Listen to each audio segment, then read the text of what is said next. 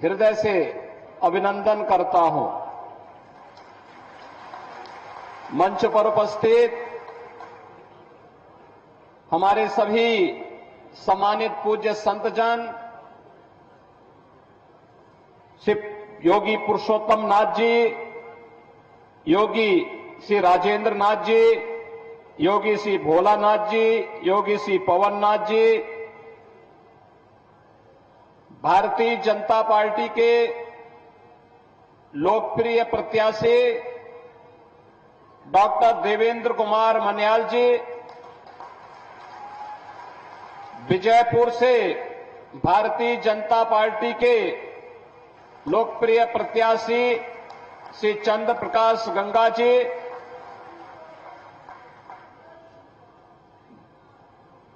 जिलाध्यक्ष सांबा श्री अमर सिंह जी,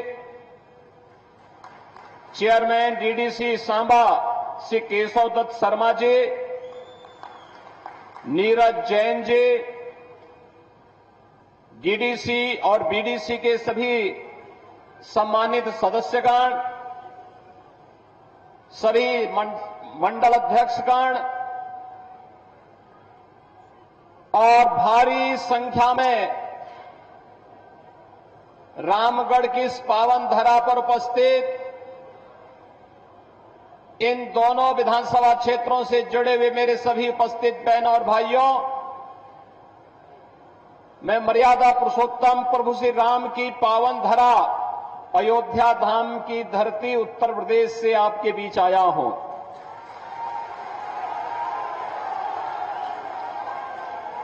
और कितना अच्छा संजोग है, अयोध्या धाम में प्रभु राम पैदा हुए और राम के नाम पे रामगढ़ जम्मू के अंदर बना है। बहनों और भाइयों, 1947 में देश आजाद हुआ।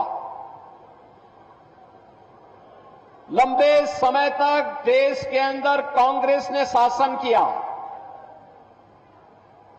लेकिन कांग्रेस ने अयोध्या की समस्या का समाधान नहीं होने दिया। आप सबने, भारतवासियों ने मोदी जी पे विश्वास किया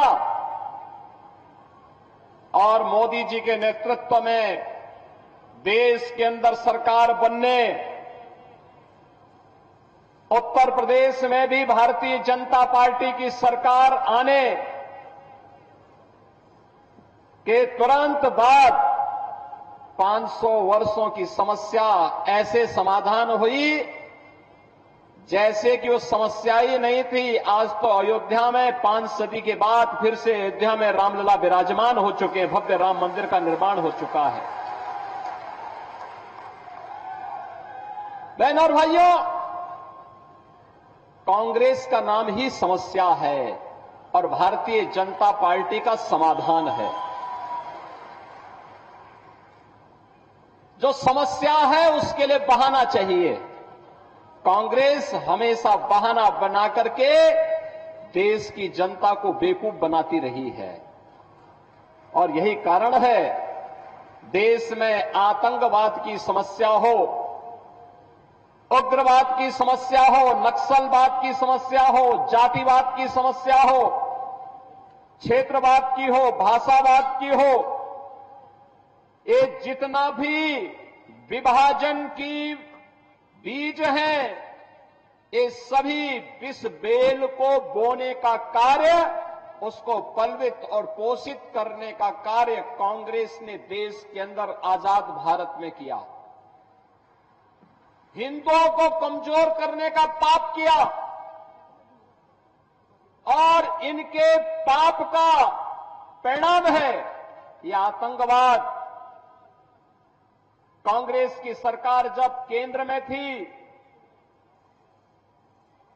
और जम्मू कश्मीर में उसके साथ सहयोगी दलों की सरकारें चल रही थी, तब पत्थरबाजी की घटना होती थी। धड़ल्ले से यहां पर किस तरह की घटनाएं होती थी, किसी से छुपा हुआ नहीं है। लेकिन आपने देखा होगा पिछले कई वर्षों से मोदी जी के आने के बाद गृह मंत्री के रूप में माननीय अमित शाह जी के आने के बाद आतंकवाद अंतिम श्वास गिन रहा है और पत्थरबाज पूरी तरह गायब हो गए हैं। बहनों और भाइयों, ये परिवर्तन है, समाधान है। जिस जम्मू कश्मीर के लिए 1953 में भारतीय जनसंघ के संस्थापक अध्यक्ष डॉक्टर श्यामा प्रसाद मुखर्जी ने अपना बलिदान दिया था, जिस जम्मू कश्मीर के अंदर उन्होंने एक नारा दिया था पूरे देशवासियों के लिए, वह नारा था, एक देश में दो प्रधान, दो विधान, दो निशान नहीं चलेंगे, नहीं चलेंगे। भारतीय जनता पार्टी का एक एक कार्यकर्ता भारत माता का हर सच्चा सपूत इसके लिए लड़ता रहा, कार्य करता रहा।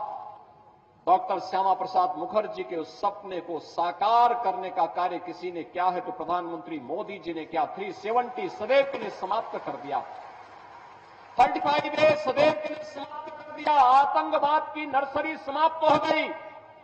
अन्यथा ये कांग्रेस हो या पीडीपी या फिर नेशनल कॉन्फ्रेंस, ये सभी तो जम्मू कश्मीर को आतंकवाद का एक वेयर हाउस बना चुके थे। और वेयर हाउस से यहां का नौजवान, जिसकी ऊर्जा यहां के विकास में लगनी चाहिए थी, जिसकी प्रतिभा का लाभ देशवासियों को मिलना चाहिए था, उस पूरे जम्मू कश्मीर को इन्होंने अपने राजनीतिक स्वार्थ के लिए तबाह करके रख दिया था। बहनों और भाइयों, क्या नहीं था हमारे जम्मू कश्मीर के पास? क्या नहीं था हमारे पास? मैं आप सबसे कहना चाहता हूं कि आज जम्मू कश्मीर के अंदर हम जब बात करते हैं तो सचमुच मुझे उन महान विभूतियों की याद आती है। महाराजा हरि सिंह, जिन्होंने पहचान दिलाई थी। महाराजा हरि सिंह का शासन केवल यहीं तक नहीं था। और याद करिए, भारतीय जनता पार्टी की सरकार जम्मू कश्मीर में आते ही महाराजा हरि सिंह का कश्मीर फिर से आपके सामने होगा। काबुल तक का शासन महाराजा हरि सिंह के पास था। तिब्बत में डोगरा सेना रहा करती थी। कौन नहीं जानता है पंडित प्रेमनाथ डोगरा जी के प्रति किसके मन में सम्मान का भाव न हो। और जब कबालाई यहां घुस करके तब ब्रिगेडियर हरि सिंह ने, तब ब्रिगेडियर राजेंद्र सिंह जी ने last man and last bullet का नारा भारत की रक्षा के लिए अपने आप को बलिदान किया था। इतनी महान परंपरा, जिसने अपने परिश्रम से, अपने पुरुषार्थ से जम्मू कश्मीर को धरती का स्वर्ग बनाया था, जिन्होंने अपने बलिदान से, अपने लहू से सींच करके इस धरती का स्वर्ग जम्मू कश्मीर को बनाया था, आज उसे मजहबी उन्माद का जो एक कोर है उसमें बदलने का पाप ये कांग्रेस, ये पीडीपी और नेशनल कॉन्फ्रेंस ने ही किया है। ये पाप करने वाले लोग जो देश के साथ गद्दारी कर रहे थे, देश के संसाधनों का उपभोग कर रहे थे, उनको सबक सिखाने का चुनाव है ये जम्मू कश्मीर विधानसभा का चुनाव। और इसी के लिए आज मैं आपके पास आया हूं। बहनों और भाइयों, परिवर्तन किस रूप में होता है? याद करिए, करतारपुर कॉरिडोर के बारे में, गुरु नानक देव जी का कॉरिडोर बने, भारत की सिख परंपरा की गुरु परंपरा ने भारत के अंदर भक्ति से शक्ति की जिस यात्रा को आगे बढ़ाया था, गुरु नानक देव जी भक्ति के उस पराकाष्ठा का नाम था, तो गुरु गोविंद सिंह जी उस भक्ति से पनपी हुई शक्ति का एक तेज था। याद करिए, करतारपुर कॉरिडोर का निर्माण प्रधानमंत्री मोदी जी के द्वारा कराया गया। और यही नहीं, बाल दिवस की बात जब देश के अंदर होती थी, बाल दिवस की बात जब होती थी, तो बहनों और भाइयों, इन्होंने पंडित जवाहरलाल नेहरू का जन्मदिन बाल दिवस के रूप में कांग्रेस ने मनवा दिया। मुझे बताओ, अरे बाल दिवस के रूप में नाम आना चाहिए ना उन लोगों का। गुरु गोविंद सिंह जी के 4 साहबजादों ने, जिन्होंने सनातन धर्म के लिए, भारत के सुरक्षा के लिए, भारत को विदेशी आक्रांताओं से मुक्त करने के लिए, गुलामी की बेड़ियों को तोड़ने के लिए जिन्होंने अपना बलिदान दिया था,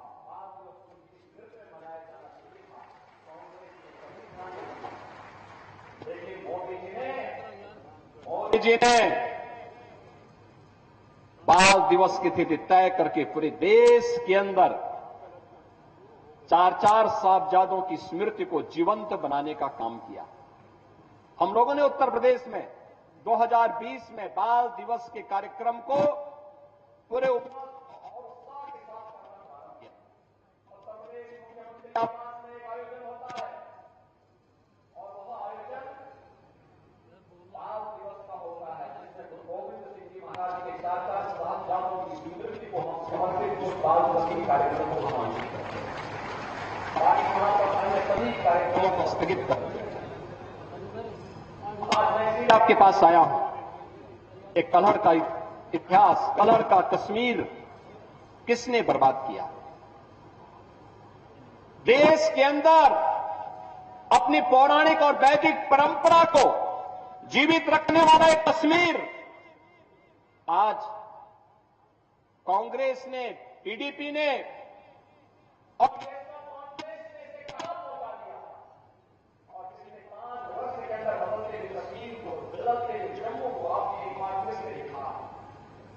भाइयों, आज 5 वर्षों में बदलाव को देखने को मिला है। ये सब कुछ एक नए भारत का नया है जो आज टूरिज्म स्टेट में होते, टूरिज्म का एक बेहतरीन डेस्टिनेशन के रूप में देश और दुनिया को अपनी ओर आकर्षित रखा। याद करते उनके समय में भारत के आन मान और शान के तिरंगा को फहराने के लिए बाहर लगानी पड़ती थी कांग्रेस के समय में या पीडीपी या फिर नेशनल कॉन्फ्रेंस के समय में। लेकिन आज जम्मू कश्मीर के अंदर G20 के समिट होते हैं, दुनिया आकर के देखती है जम्मू कश्मीर के अंदर की टूरिज्म के डेस्टिनेशन के साथ साथ एक अंतर्राष्ट्रीय स्तर का समिट यहां पर पूरी दुनिया को अपनी ओर आकर्षित करता है। बहनों और भाइयों, एक लंबी परंपरा अमरनाथ की यात्रा इस बार हम देख रहे थे। पहले धमकी आती थी कि अमरनाथ की यात्रा नहीं होने देंगे, पहले धमकी आती थी उनके समय में और वे लोग सहम जाते थे, और अब तो पूरा देश और पूरी दुनिया बाबा बर्फानी के दर्शन करने के लिए अमरनाथ की यात्रा में आता है। धूम धड़ाके के साथ आता है, धूम धड़ाके के साथ जम्मू कश्मीर की सुगंध को लेकर के पूरी दुनिया के अंदर पहुंचाने का काम करता है। माता वैष्णो देवी का दर्शन करने के लिए पूरा भारत आता है, पूरी दुनिया के सनातन हिंदू धर्मावलंबी आते हैं, पूरी श्रद्धा भाव के साथ यहां आते हैं। ये कांग्रेस के लोग, ये नेशनल कॉन्फ्रेंस और ये पीडीपी के लोग, ये राजनीतिक पार्टी नहीं बल्कि प्राइवेट लिमिटेड कंपनियां हैं। प्राइवेट लिमिटेड कंपनियां निवेश करें और उसके माध्यम से उद्योग धंधे चलाएं तो ठीक बात है, लेकिन राजनीति में प्राइवेट लिमिटेड कंपनियां बंद होनी चाहिए, क्योंकि ये राजसत्ता को अपनी बपौती मान करके आम जनता का शोषण करते हैं। और यही तो कार्य तीनों दल जम्मू कश्मीर के अंदर करते रहे।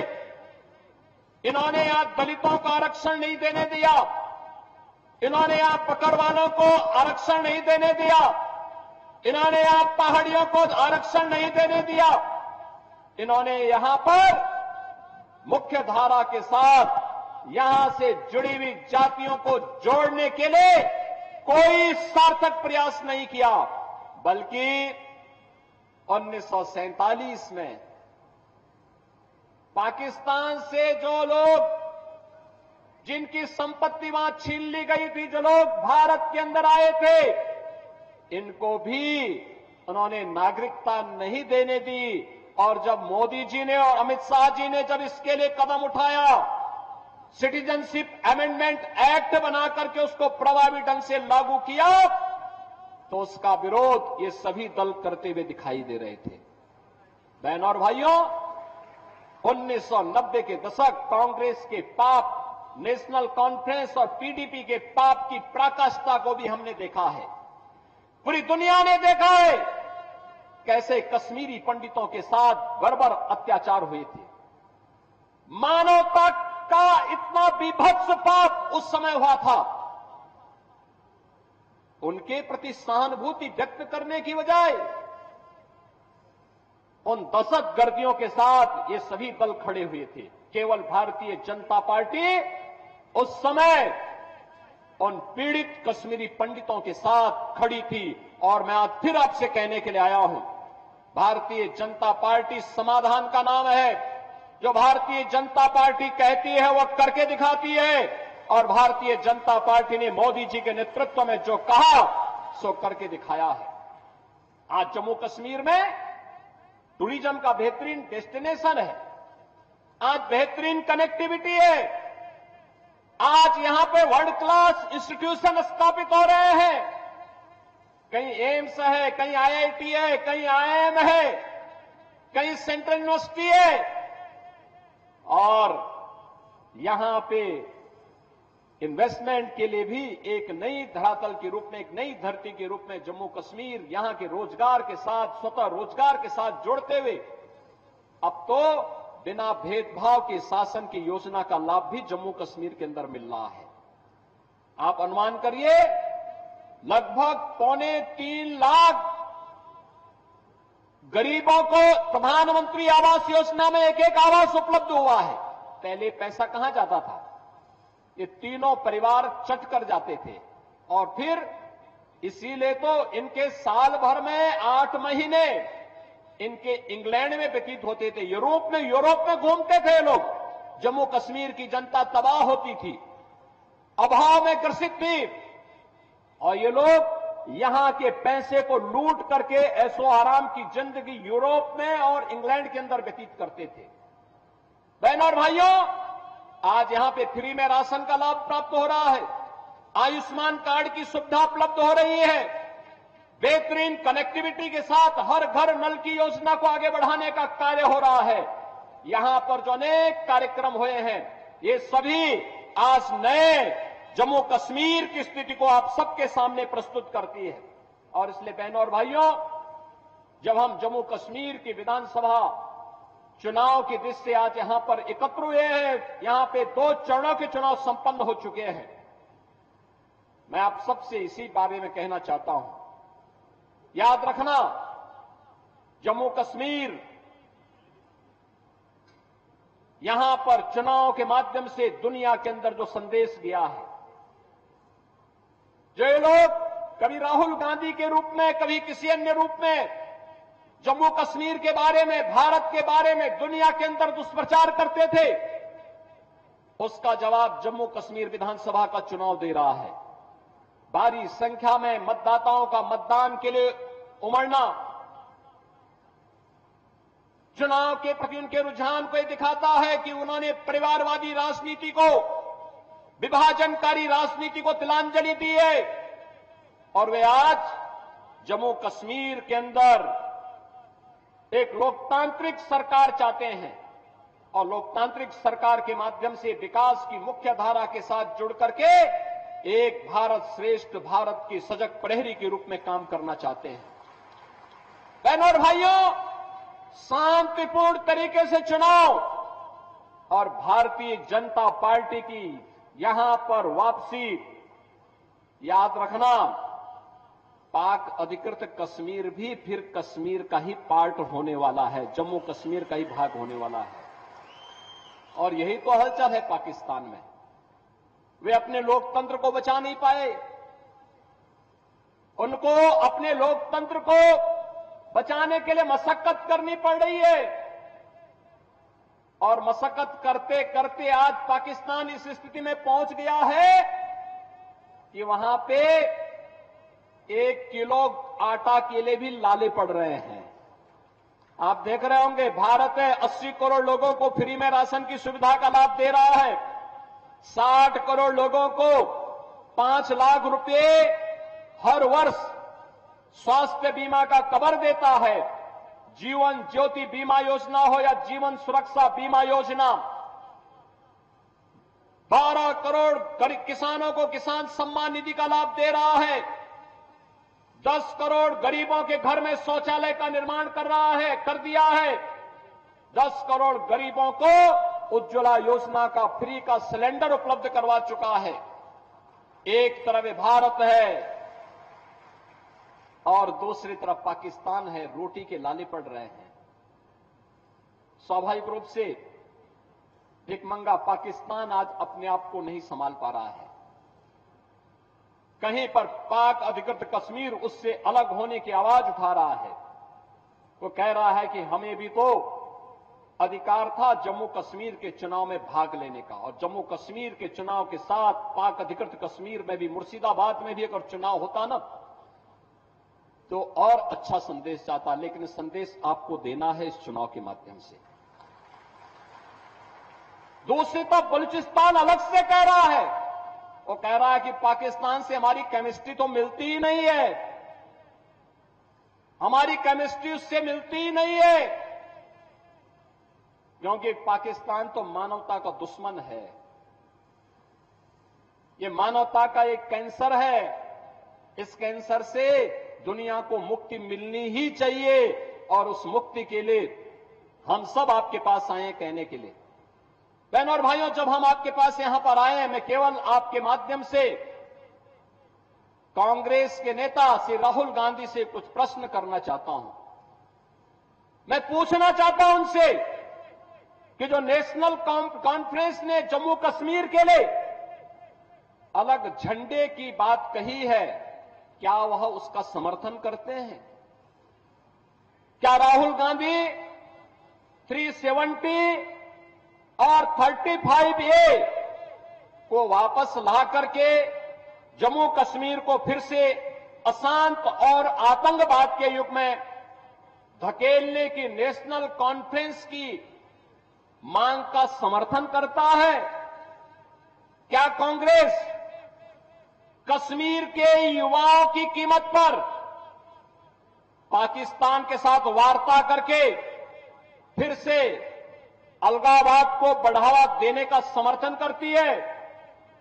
क्या कांग्रेस पार्टी पाकिस्तान के साथ एलओसी ट्रेड शुरू करने के नेशनल कॉन्फ्रेंस के निर्णय से फिर से बॉर्डर पार से आतंकवाद का पोषण करने का समर्थन करती है? क्या कांग्रेस आतंकवाद और पत्थरबाजी की घटनाओं में शामिल लोगों के परिजनों को फिर से सरकारी नौकरी में बहाल करके आतंकवाद, दहशतगर्दी और बंद के दौर को फिर से लाने का समर्थन करती है? क्या कांग्रेस नेशनल कॉन्फ्रेंस के साथ अपने आरक्षण विरोधी चेहरे को फिर से सामने लाने का प्रयास नहीं कर रही है? और क्या जो यहां पर प्रधानमंत्री मोदी जी ने दलितों को, गुर्जरों को, बकरवालों को, पहाड़ियों को आरक्षण की सुविधा प्रदान की है, क्या नेशनल कॉन्फ्रेंस के द्वारा इन्हें समाप्त करने की घोषणा का क्या वह समर्थन करती है? क्या कांग्रेस चाहती है कि शंकराचार्य पर्वत, तख्त सुलेमान और हरि पर्वत को ये मारन के नाम से जाने जाए।